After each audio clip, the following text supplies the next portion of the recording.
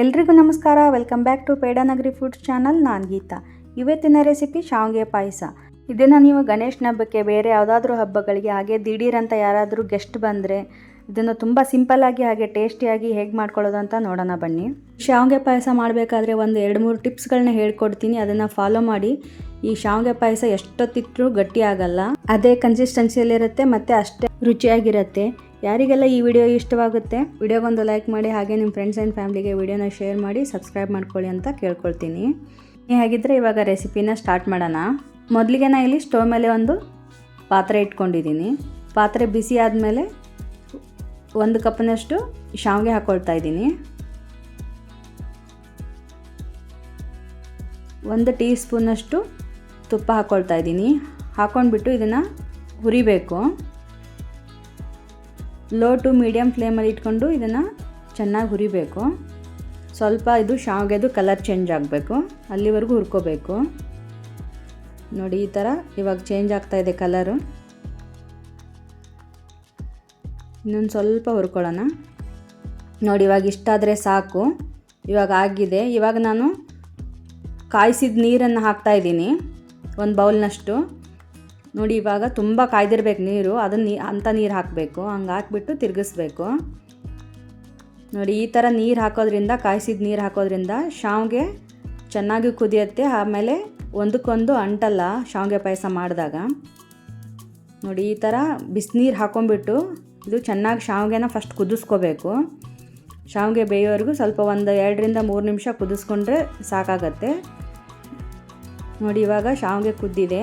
ಇವಾಗ ನಾನು ಶಾವಿಗೆಗಿಂತ ಸ್ವಲ್ಪ ಸಕ್ಕರೆ ಕಡಿಮೆ ಹಾಕ್ತಾಯಿದ್ದೀನಿ. ಅಂದರೆ ನೀವು 1 ಕಪ್ನಷ್ಟು ಶಾವಿಗೆಗೆ ನಾನು 3/4 ಕಪ್ನಷ್ಟು ಸಕ್ಕರೆ ಹಾಕ್ಕೊಳ್ತಾ ಇದ್ದೀನಿ. ನಿಮ್ಗೆ ಸ್ವೀಟ್ ಎಷ್ಟು ಬೇಕೋ ನೋಡ್ಕೊಂಡು ನೀವು ಹಾಕ್ಕೊಳ್ಳಿ. ಇವಾಗ ಸಕ್ಕರೆ ಎಲ್ಲ ಕರಗಬೇಕು, ಅಲ್ಲಿವರೆಗೂ ಸ್ವಲ್ಪ ಇದನ್ನು ಕುದಿಸ್ಕೊಳ್ಳೋಣ.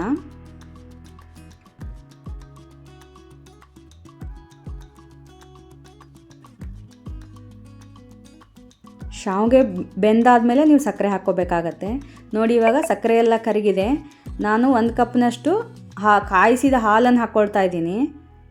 ಕಾಯಿಸಿದ ಹಾಲನ್ನು ಹಾಕ್ಕೊಳ್ಳೋದ್ರಿಂದ ಶಾವಿಗೆ ಪಾಯಸ ತುಂಬ ಚೆನ್ನಾಗಿ ಬರುತ್ತೆ. ಈ ಹಾಲನ್ನು ಹಾಕ್ಕೊಂಡ್ಬಿಟ್ಟು ನೀವು ತುಂಬ ಕುದ್ಸಕ್ಕೆ ಹೋಗಬೇಡಿ. ಇದನ್ನು ಆಲ್ರೆಡಿ ನಾವು ಕಾಯಿಸ್ಬಿಟ್ಟು ಹಾಕ್ಕೊಳ್ತಾ ಇದ್ದೀವಿ. ಇವಾಗ ನಾನು ಸ್ವಲ್ಪ ಏಲಕ್ಕಿ ಪುಡಿ ಹಾಕ್ಕೊಳ್ತಾ ಇದ್ದೀನಿ. 1-2 ಏಲಕ್ಕಿ ಅಷ್ಟು ಹಾಕ್ಕೊಳ್ತಾ ಇದ್ದೀನಿ. ಹಾಕ್ಕೊಂಬಿಟ್ಟು ಚೆನ್ನಾಗಿ ಮಿಕ್ಸ್ ಮಾಡೋಣ. ನೋಡಿ, ಇಷ್ಟು ಹಾಲು ಹಾಕ್ಕೊಂಡಿದ್ದೀನಿ ನಾನು. ನೀವು ಬೇಕಾದರೆ ಇನ್ನೂ ಸ್ವಲ್ಪ ಕನ್ಸಿಸ್ಟೆನ್ಸಿ ತಳ್ಳಗೆ ಮಾಡ್ಕೋಬೋದು. ನೋಡಿ, ಇವಾಗ ಪಾಯಸ ರೆಡಿಯಾಗೋಯ್ತು. ನಾನು ಫ್ಲೇಮ್ನ ಸ್ವಿಚ್ ಆಫ್ ಮಾಡ್ಕೊಳ್ತಾ ಇದ್ದೀನಿ. ಇವಾಗ ಮತ್ತೊಂದು ಚಿಕ್ಕ ಪ್ಯಾನ್ ಇಟ್ಕೊಂಡು ನಾನು ಅದಕ್ಕೆ 1-2 ಟೇಬಲ್ ಸ್ಪೂನಷ್ಟು ತುಪ್ಪ ಹಾಕ್ಕೊಳ್ತಾ ಇದ್ದೀನಿ. ತುಪ್ಪ ಕರಗಿದ ಮೇಲೆ ನಾನಿಲ್ಲಿ 1 ಟೇಬಲ್ ಸ್ಪೂನಷ್ಟು ಚಿಕ್ಕದಾಗಿ ಕಟ್ ಮಾಡಿರ್ತಕ್ಕಂಥ ಗೋಡಂಬಿ ಹಾಕ್ಕೊಂಡು ಫ್ರೈ ಮಾಡ್ಕೊಳ್ತಾ ಇದ್ದೀನಿ. ಸ್ವಲ್ಪ ಲೈಟ್ ಗೋಲ್ಡನ್ ಬ್ರೌನ್ ಆದರೆ ಸಾಕು.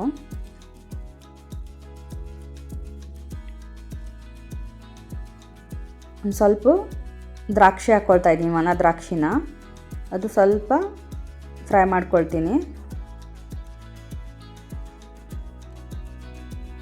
ಶಾವಿಗೆ ಪಾಯಸ ಆಲ್ರೆಡಿ ರೆಡಿ ಆಗಿದೆ. ನಾನು ಅದನ್ನ ಸ್ವಿಚ್ ಆಫ್ ಮಾಡಿ ಸೈಡ್ ಎತ್ತಿಟ್ಟಿದ್ದೀನಿ.